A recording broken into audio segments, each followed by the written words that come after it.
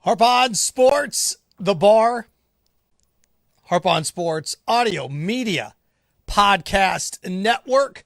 Follow, share, like at Harp on Sports, Instagram, Twitter, Facebook, harponsports.com. If you haven't heard, that's the drill. All right, what do we have in store for you here on this edition of the show? Well, a little Jaguars double dose of duh. A little SEC Winery. The vineyard's apparently flourishing. And a little Hoosier hysteria. Start off first with a little Jaguars double dose of duh. Last, 72 hours have been interesting. Jaguars, of course, have the number one pick in the draft at the end of the month. Pick in the early 20s. Number one pick in the second round. First pick in the second round. Jaguars have 3 of the top 33 picks in the draft. So a chance to rebuild this franchise. The first thing that came out late last week was that Trevor Lawrence doesn't have a gigantic chip on his shoulder. Fantastic article. It's very well written. I encourage you to go through and check it out. That, if you haven't already, that Trevor Lawrence doesn't wake up feeling that he needs to prove anything to anyone. Trevor Lawrence doesn't motivate himself with bulletin board material. He doesn't have a chip on his shoulder. He doesn't. So how is that a bad thing? It's amazing that everybody thinks that every athlete goes through life. You know, I need to prove you wrong. I need to prove that I'm worthy. I need to prove that I'm good. Can't anybody just want to win? Why does everybody have to have something to prove? So Trevor Lawrence doesn't have a chip on his shoulder. He was the number one high school recruit in America. He went to Clemson, went to the college football playoff 3 times, won a national championship. What does he have to prove? I circle back to about 23 years ago. Peyton Manning was the number one overall pick in the country, right? Number one overall pick in the NFL draft. The son of an NFL Hall of Famer, a Pro Football Hall of Famer. What Peyton have to prove? Well, what did he have to prove? Now, certain guys like Michael Jordan try to find an edge. That's fine. That's how they're built. But this whole thing that I've got something to prove, I need to prove the critics wrong. I don't broadcast to critics. We don't broadcast to critics. You don't play to critics. If you're always trying to prove critics wrong, good gracious, LeBron James here in a couple years is going to be the all-time NBA leading scorer. Probably going to have 5 or 6 NBA titles. Going to go to 20 All-Star games? And somebody's going to sit there and say he's not one of the top 10 basketball players of all time. Who cares what that person thinks? So Trevor Lawrence isn't what? Isn't a guy that wakes up, angry at the world and ticked off at the world. Doesn't have anything to prove. I'm worried about that. Okay, well, just because you're miserable and you think you have to prove something to somebody every single day doesn't mean he is. Good for him. Good for Trevor Lawrence. So you take the Trevor Lawrence story and then you connect it to the Urban Meyer story, where Jeremy Fowler came out, article at ESPN.com, that execs told him that if it weren't for Trevor Lawrence going to the Jaguars, Urban Meyer probably wouldn't have gone there. Yeah, you think? Of course. Sometimes the athlete there makes you want to go there, right? Especially as a head coach. When certain jobs opened up in the NFL, when Jim Mora was done in Indianapolis, Tony Dungy didn't want to go to Indianapolis because Peyton Manning was there. Of course that was a big hook in it. Of course that was a big draw. What people, over the course of the last 10 years, even a couple of years ago, there wasn't a hook, there wasn't a drive to be the next head coach of the Packers when Mike McCarthy got canned? Of course there was a push at that point. Why wouldn't there be? So, as the fact, Urban Meyer probably wouldn't be the head coach of the Jaguars if they didn't have the number one overall pick. Yeah, but they do. That was the hook. That was the draw. That they had the number one overall pick. That was, good gracious. You go back, almost 18 years ago, what the hook to be the head coach of the Cleveland Cavaliers didn't, if LeBron was going to be the number one pick, of course you wanted that job. Look, the allure of Jacksonville and the Jaguars for Urban Meyer was what? all the homeless people downtown and all the shanties and all the empty grass lots? No. The abandoned buildings? No. What was the hook? The hook was Trevor Lawrence. So what if it was Trevor Lawrence? It's kind of like the whole thing, like, well, she's only with him because he's rich. So what? Who cares? So? Well, the only reason Urban Meyer went to Jacksonville is because of Trevor Lawrence. So what? And Jeremy Fowler it was interesting because an exec said he'd probably be at Texas making $10 to $12 million a year. Well, yeah, if the Jaguars were picking second and the Jets were picking first and the Jets didn't want Urban Meyer and he didn't want to work in that pressure cooker of New York and Texas is less of a pressure cooker, I don't know. But I do know this. He likes Trevor Lawrence. Trevor Lawrence going to go to the Jaguars. He gets to pick him. How is that any different? How is that any different than someone wanting to coach the Nets because Kevin Durant and Kyrie Irving are there? How is that any different? Well, they're already there. Well, so he's going to get to pick his guy. He's going to get to build it. I just think it's funny that here we are. It's some big secret that Urban Meyer only wanted the Jaguars job because of Trevor Lawrence. Okay, great. Yeah, Tony Dungy only wanted the Colts job because Peyton Manning was there. And so what? How many times in the NFL do we see, the only reason Gronk went to Tampa is because of Brady? So what? Why does it matter the reason? Is it an illegal reason? No. Better than a made-up reason. There are certain jobs in the NFL that aren't very attractive, but having a star-studded lineup or the star-studded ability to grow and mold something makes it attractive.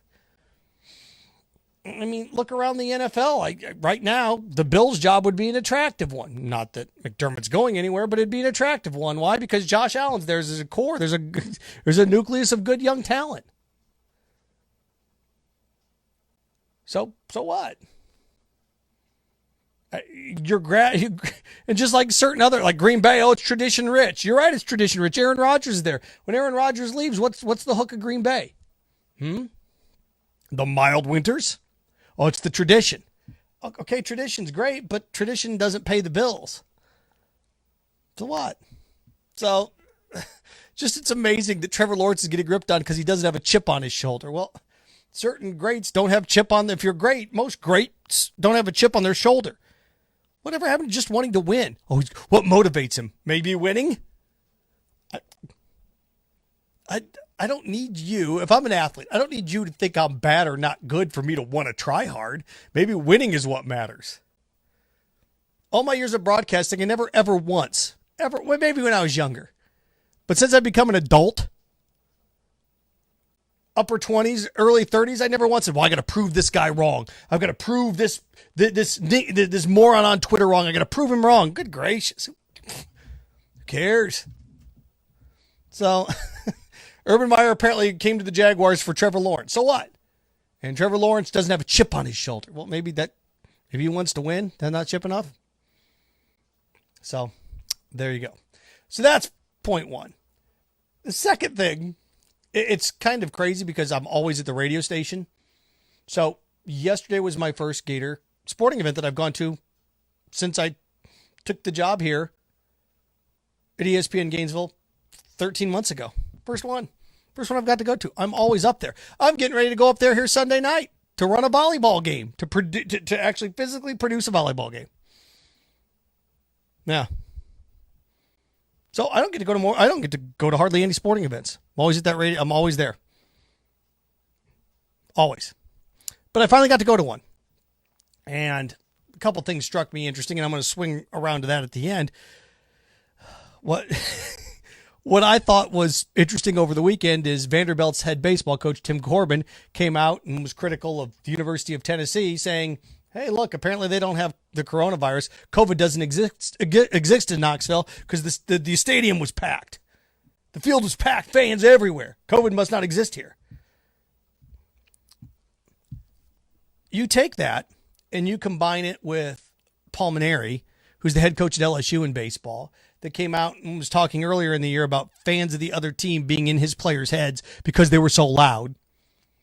And then I go back to football season when apparently Florida lost at Texas A&M because the crowd at A&M was just too loud behind Florida's bench.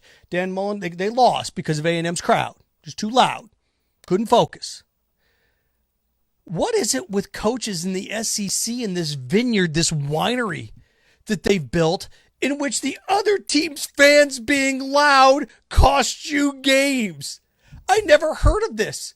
Could you imagine for 1 second a head football coach in the Sun Belt? Could you imagine for 1 second a head football coach in the MAC, baseball coach, basketball coach, losing a road game and coming out saying, the reason we lost is because of their fans and how loud they were. We're better than that team, but we lost because of the fans. You say, oh, shut up. You don't know what you're talking about. It's amazing. Since COVID, University of Florida, Vanderbilt's baseball program, which is probably the best baseball program in the country. LSU is one of the top 5 baseball programs in the country. Florida football. It's amazing to me, the coaches in this conference, how better athletic facilities than any of these other teams. They have more passionate fan base most of the time. Not all the time, but most of the time. Better players. But for some reason, there's no accountability personally, or you know what? They were loud. Give them a lot of credit. We were able to win. Think about this. Could you imagine? We're standing up for their players. Oh, whatever. It's a bunch of garbage. It's a lack of accountability. We see it from Tim Corbin at Vanderbilt. Saw it from Paul Maneri. Saw it from Dan Mullen last fall. Just up the fans. We got to pack our own place. Look how empty our place is. What a bunch of garbage. It's ridiculous. So apparently COVID doesn't exist in Knoxville. Just because somebody else is foolish doesn't mean you should double down on that buffoonery. What if the speed limit in Georgia is 110? So we come, you go up to Georgia, speed limit's 110, which no one in that state. You come down here, and then all of a sudden, there's a lot to talk about, but you come down here, it's like, hey, we need the speed limit 110. That's how fast they're driving up there. No. One person's reckless behavior doesn't constitute you being foolish, does it? I just, hearing the excuses when you get beat or struggle. Coaches always used to say, keep your mouth shut. We win or we lose. No excuses. Focus on this. You got to block out distractions. Don't coaches all the time tell their players to block out distractions. Block out distractions. Block out distractions. Block out distractions. Yet for some reason in this conference, whether it's football, baseball, basketball, whatever, when a team gets beat or struggles, it's because the other team has more fans than them. Where'd this come from? Good gracious. The SEC Vineyard, SEC Winery. Good night. So there you go. Vanderbilt didn't sweep Tennessee because Tennessee could be loud. And think about, look how loud they are. COVID doesn't exist here.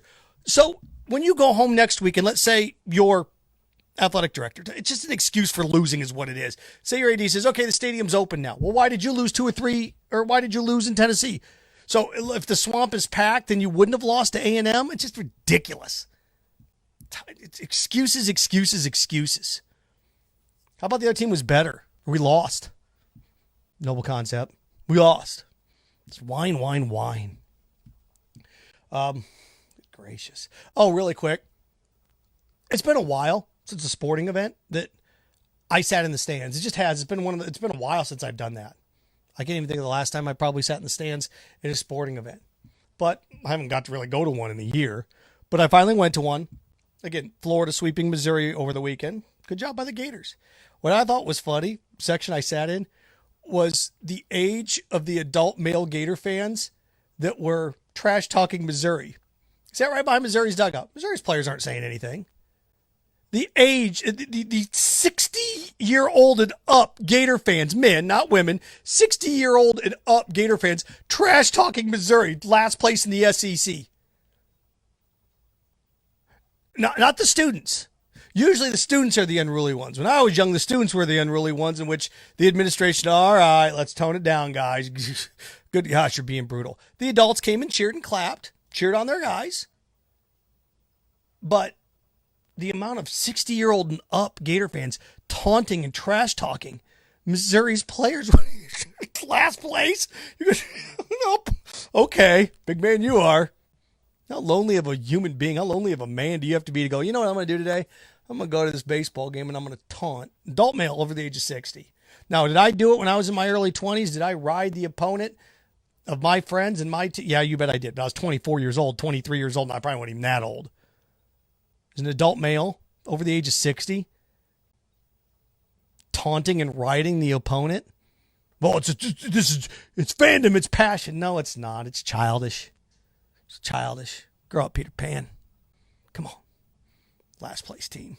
I'm gonna give this last place team a team part of my mind. I'm gonna give them my opinion. Great, good job. You taunt that 20-year-old last place team in the conference. Sure showed him. Not the students. You expect to behave that way. 60-year-old and up adults. Man, way to go, boys. Lastly, a little Hoosier hysteria for you. Report came out that Indiana offered Brad Stevens $10 million a year. Great. So he really didn't want to go to Bloomington, did he? That's more than he's making in Boston. Did you believe it? No, I think this is in a couple of Indiana boosters leaking this information, not to make Brad look bad, but to make them look good. But ipso facto, they actually make themselves look worse. So Indiana has $70 million to hire a basketball coach, and you hire a guy that failed in the NBA twice? Really? Or is it 3 times? So you hired Mike Woodson, who had LeBron James and didn't win a title. You hired Mike Woodson that flopped in LA, was a decent, or I guess in New York, was an assistant with the... You had $70 million to hire a basketball coach. $70 million. Didn't hire Porter Moser, who had gone to the Sweet 16 at Loyola Chicago 2 out of the last 4 years. You hired a guy that, played for Bobby Knight 40 years ago? So and if I'm Mike Woodson, I'm sitting around going, wait a second. See, this is how you would alienate your coach out of the get. If I'm Mike Woodson, I'm the new head coach at Indiana, and a story leaks that you offered Brad Stevens $70 million over 7 years, $10 million a year, and you paid me what? 18? So you paid him $70 million, you paid me 18? Is that what he got paid? Right around $19 million? You paid him $70 million, paid me $19 million. Boy, I'm sure he's sitting in his office today going, wow, I'm glad I said $70 million to pay him, but okay. Great. Think about that. We offered him $70 million. Can you imagine going for a job and the guy that they interviewed before you, they offered him $200,000 a year, offered you $30? Wait, what? You have that money? Well, I have that money for him, but not for you. Oh, okay. You immediately alienate your coach. Now, do I think they had $70 million? Do I think the Celtics offered Brad Stevens $70 million over 7 years? No, I don't. Well, they were willing to offer him that much. Well, okay. That's like saying, would you be willing to work in a salt mine and not see the sun for 5 years for $10 million? Would I be willing to do that? Yeah, I'd be willing to do it. Would I do it? Probably not. Big difference between willing and doing. Big difference. So, if that's true, that they offered Brad Stevens $70 million over 7 years to coach Indiana, and he said no, that's more than he was making in Boston. That tells you how much he really thinks of the Indiana program. He'd be the highest paid coach in college basketball. He'd be the highest paid coach in the country. Coach in Bloomington. Said no. It's true. Just it makes the school look worse. It doesn't make the school look better. This is what we offered him, and he still said no. Oh boy, he'd made more than Coach Calipari. He'd have made more than Mike Krzyzewski, and he still said no. Shows you what he thinks about you. So there you go. Harp on Sports, The Bar, Harp on Sports Podcast, Audio Media Network. Follow at Harp on Sports Twitter, at Harp on Sports Instagram, harponsports.com, of course, Harp on Sports, the YouTube channel. Follow, share, like, of course, his Facebook page as well. Enjoy your week. There you go. Stay strong, stay clean, stay focused. Frankenstein, have fun with your friends.